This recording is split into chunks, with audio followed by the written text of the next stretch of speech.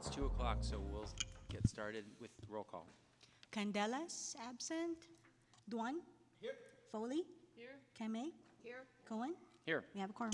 All right, thank you. We are going to start by reviewing next week's agenda for the September 9th council meeting. It starts at, and there's an ad sheet to go along with it. Starts at 9:30, closed session, 1:30 open session, and consent starts on page 5. Continues on pages 6. We have a long item that continues 7, 8, 9, and 10. And we have continues on page 11, 12, 13, 14, and 15. And then section 3, we have the procurement audit and the report on an RFP for banking, lockbox, and merchant card services. Section 4, we have civil grand jury response. Section 5, 101 Zanker funding agreement amendment. 5.2, we have a transportation development fund agreement. And section 6, the electrification workforce development program, single family building reach code update, and San Jose Muni Water's public health goals report. No land use, so let's see if we have any public comment. No public comment. All right, back to the committee. Move approval with the ad sheet. Second. All right, we have a motion in a few seconds. And we're voting, and the passes 5-0. On to our first review of the agenda for Tuesday, September 16th. 9:30 closed session, 1:30 regular session, recommended cancellation of the evening session. And consent starts on page 4 and ends on page 5. Sure. Section 3, the summer IGR report. Section 4, the horse-mounted unit for SJPD. Fixed-wing aircraft purchase for SJPD. Section 8, an agreement with the County Office of Supportive Housing. We have one item of land use consent and 2 other land use items, Little Italy Way renaming and a planning director's approval. Oh, administrative hearing, that's the appeal for 1301 West San Carlos Street. Do we have any public comment? No public comment. All right. Any questions, comments, or a motion? Move for approval. Second. Well, right. either or. I'll take it back. All right, it's been moved and seconded. We are voting. Motion carries 5-0. We have 2 items on consent. Do we have any public comment on consent? No public comment. All right, back to the committee for consent. Move approval. All right, we have a motion and a second. Let's vote on consent. Okay, consent calendar passes 5-0, and that brings us to section C, our Rules Committee review. This is vacant storefront incentive. I will invite Councilmember Ortiz to come down and introduce it.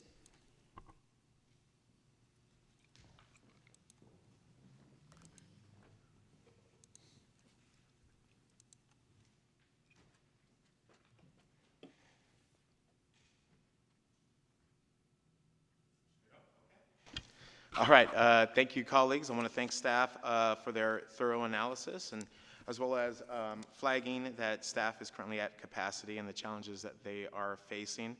I do want to acknowledge that we are asking a lot of our departments, and I truly appreciate the work that they're doing every day to support our businesses, as well as to enable development and economic development across this city.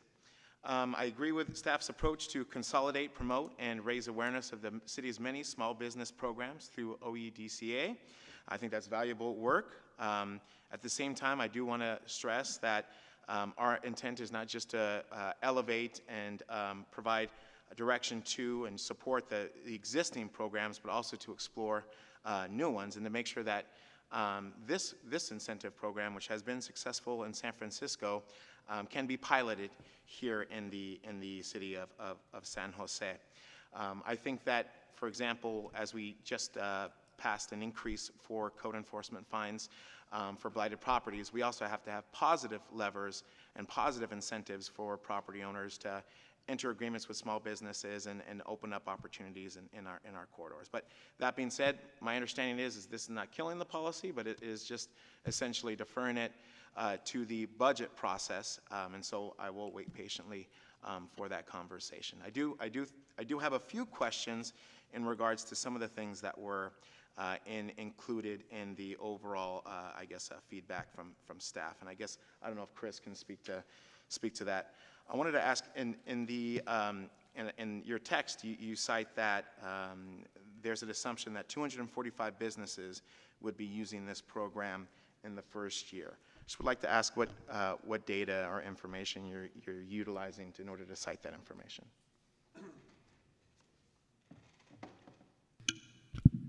Thank you, Councilmember. Chris Burton, Director of Planning, Building, Code Enforcement. Understanding this was just the sort of workload assessment, we did try and take a quick pass at this to understand, firstly, based on business tax information, how many small businesses we see starting within our urban areas, within our growth areas. Well, we looked at how many citywide, and then we looked at the percentage of commercial lands that were in those growth areas, and kind of did a back of napkin to get to that sort of an assumption of how many new small businesses of this type we would likely see over the course of a year. Okay, we would like to see. Was there any outreach to San Francisco to get an understanding of how many businesses they've seen come through their pipeline? There was not. We did take a pretty good look at the San Francisco program. Obviously, because they're a city and a county, there's a whole host of other fees that are sort of baked into that program related to the opening of restaurants, whether it's health permits. Mm-hmm. They have a whole different subset on, police permits and different things like that. So we did sort of take an in-depth look. We didn't look at the kind of volume of use they're getting at this moment. I think it's a fairly recent addition. So, but we can do additional follow-up with them to find out more information.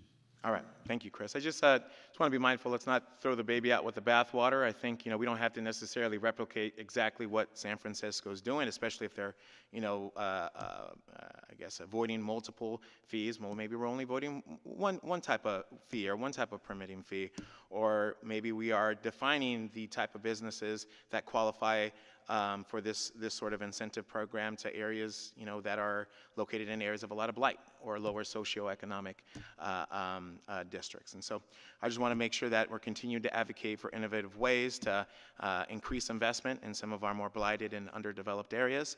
And I ask for the Rules Committee to please keep an open mind to that. Thank you. All right, well, thank you, Councilmember, for bringing forward another innovative idea to the committee. Do you have any public comment on this? No public comment. Okay, so back to our committee. I'll start with Councilmember Kamei. Thank you so much. I'd like to thank you, Councilmember Ortiz, for thinking about small businesses and how we can assist in any way.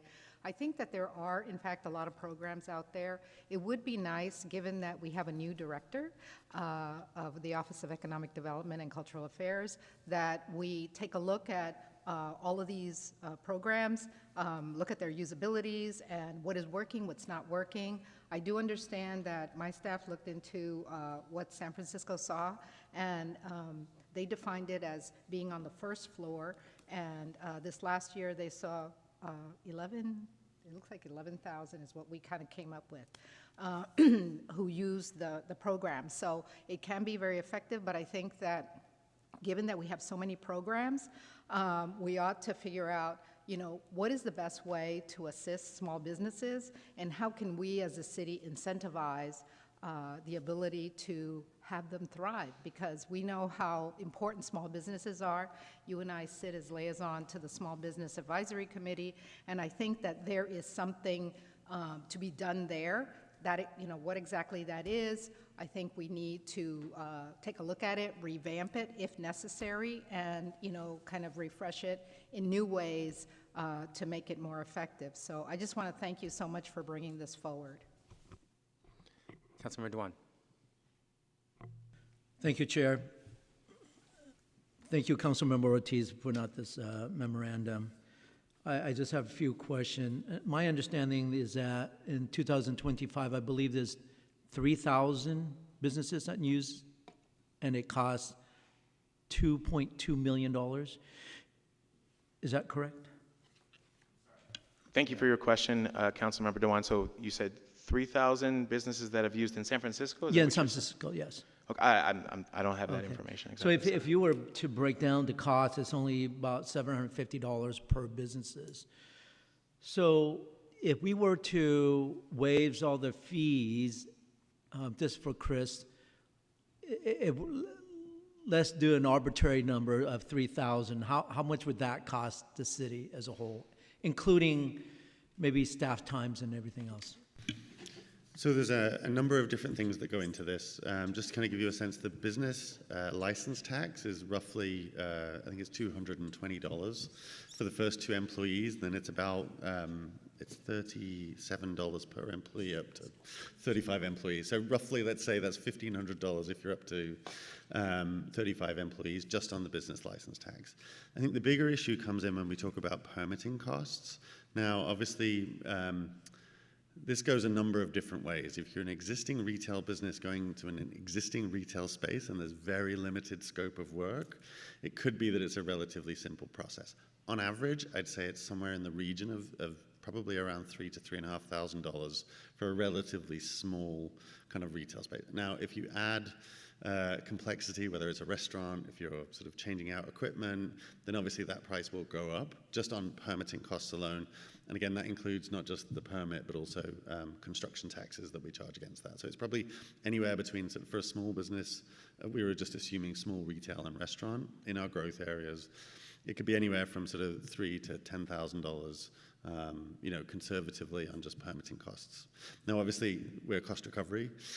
So the way that we've done this in the past through the Office of Economic Development and Cultural Affairs is that they do have an existing storefronts grant program that offsets that permitting cost. So it works with the business owner to sort of then essentially pay their permitting costs because we're cost recovery, so we're directly using those funds to pay for staff. So I know that we have the storefront program that helps existing businesses, around $15,000 to replace the storefronts and so on. What if we reduce that amount to $10,000 and use the funding or the saving that we have and apply toward this program? Is it possible? That's why we got to do it in the budget, right? Yeah, so you absolutely could do that through the budget process. That is something that we can look at. San Francisco, to compare us to San Francisco is a little bit hard. I get what you're trying to get at. A good portion of their permit structure actually does have general fund subsidies, so they have a little bit more flexibility on how they approach it. I would say, to your question, and to just kind of go off what Councilmember Kamei, is as part of this year's budget, the council did approve pretty major restructuring and modernization of the Office of Economic Development and Cultural Affairs. And I do think, especially with the new director and with those changes, the things that are mentioned here, in the green light, I think staff does need to be much more purposeful in partnering with the District 5 office and kind of offering these and streamlining and really pointing people to these tools. And then through the year, I would imagine not only staff, but also council staff will have a much better idea next year of what those levers are. Do we want to change the storefront grant, make it more flexible? Is it looking at permitting? So I think there's actual work we can do on the street with some of these businesses now between the Office of Economic Development and the District 5 office and some of these corridors. And that should really help inform future budget conversations or policy shifts that the council member or any of you may want to entertain next year. Thank you. Councilmember Ortiz, the program in San Francisco, is it not only in the underserved district, but is it citywide, that the program they're putting it? It's citywide, but I know that it would probably give Chris a heart attack if I tried to do that. That's why I kept my comments to, my policy to be more focused in urban villages. And I know that we also have other quality of life indicators that we can use, census tracts to even define that more. That's what I'm saying. We could wiggle this policy. What if it's more of a deferred fee? What if they don't pay the fee, the permitting fees until a year out or something like that? I want to figure out a way to spur economic development to allow them to get up and running, and then worry about the second part afterwards. And so I think we can work with that. But yeah, it would be the San Francisco citywide. This one I'm looking at more urban village areas of growth. That way we're spurring economic development in the areas in which the general plan has indicated it should be located. Well, I was just thinking there's a lot of small businesses and a lot of vacancy in my district as well. And they're not in the urban villages. And I just want to make sure those folks get the same equal opportunities as the urban villages, because businesses, small businesses pop up. Doesn't matter which part of the city, they are small businesses where they don't have a whole lot of funding and they need that boost. And I think it's important that we look at the picture, larger picture, to spur the businesses right here in the city of San Jose. Thank you. Yeah, thank you. Yeah, before I go to the Vice Mayor, I just wanted to kind of piggyback on some of those questions. I think we're onto something as far as making it simpler and streamlined. Obviously, I also hear that time is just as much of an issue as cost, and I'd like to understand better, whether or not cost has been an impediment and to how many, and before we waive costs. I mean, if in fact cost isn't the primary issue, then waiving the cost isn't necessarily going to improve things. The other thing is, if we waive cost in certain areas, it could incentivize businesses not to move into other areas and to go to the places where the fees are waived. And so I want to be really thoughtful about an approach, and I do like the idea of more of a holistic analysis with the new office, the new OED director, and combined with PBCE. How can we help businesses? And perhaps from a budgetary standpoint, providing incentives for people who have trouble affording fees might go further than, just than the cutting of fees, because there's some businesses need more help than others. But I know these are important things to think about, but I'm not sure yet that this is there, in my opinion. But so that's just some of the thoughts that I have. Vice Mayor Foley. Thank you. I thank you for introducing this again. I think it is important work, and I appreciate the workload analysis from staff. I like the two parts of this, the green light education, but it shouldn't stop there. This really does need to be part of an informed budget and priority study session process. So I would move remove the workload analysis recommendation. Is that how I do it? Okay. That's the question so yeah, move forward the green lighted items in the workload analysis. So that's your motion. Is there a second? Yes. Okay. Move forward, and I don't need to do anything with the yellow light? Well, I mean, the yellow light can be brought forward as part of a budget, or, it's not automatically moved to the budget. I mean, if somebody brings it forward as a request during the budget process, is that the way we would do it? We can track it and move it forward if you would like. We typically do those with a lot of yellow lights.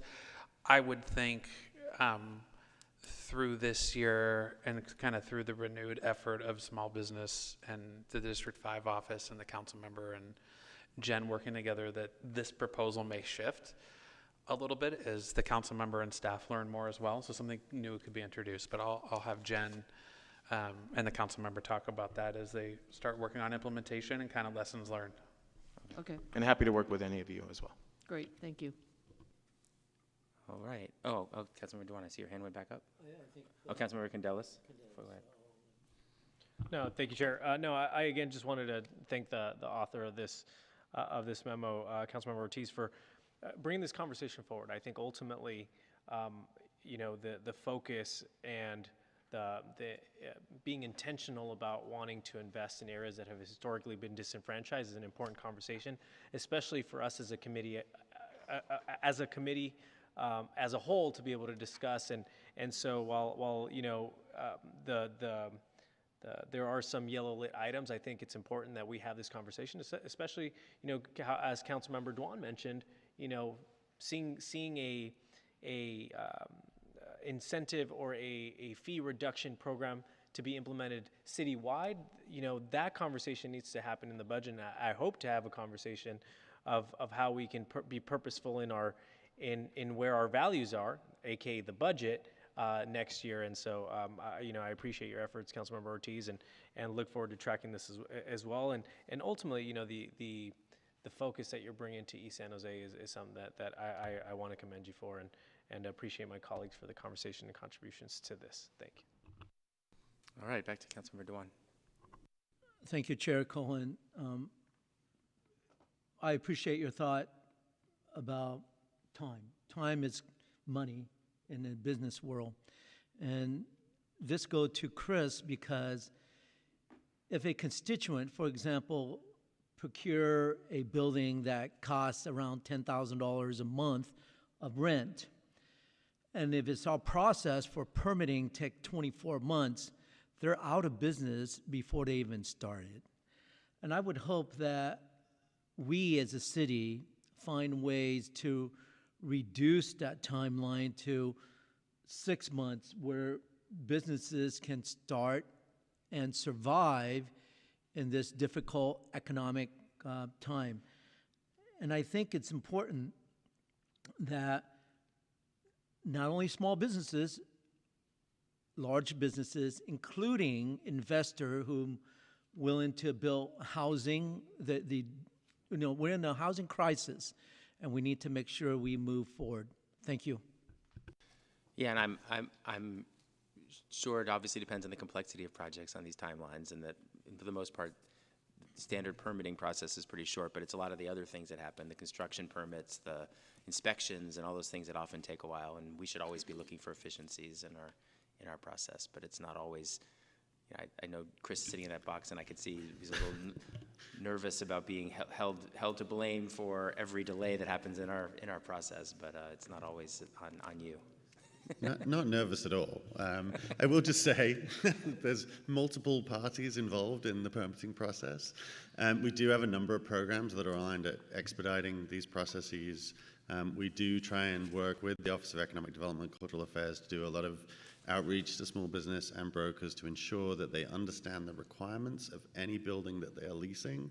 Unfortunately, it does happen where people lease a property before doing that due diligence, and there is a lengthy permitting process or there is a land use challenge. For the most part, most folks are looking at existing spaces that have already held businesses of a similar type, and as a result, we have very expedited programs to support that. Now, we rely on the information that we're given by our development partners.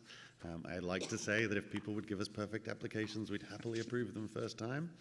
But a lot of that time, and quite honestly, a lot of that expense is actually outside of our control. The permitting cost is a relatively small amount of the total cost of build out.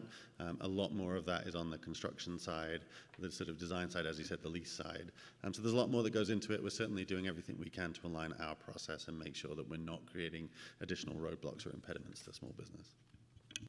Great, thank you so much. I think we've exhausted conversations, so let's vote on the motion. And the motion carries 5-0. Thank you so much, and we are on to open forum. No public comment. All right, then we are adjourned at 2:23 p.m.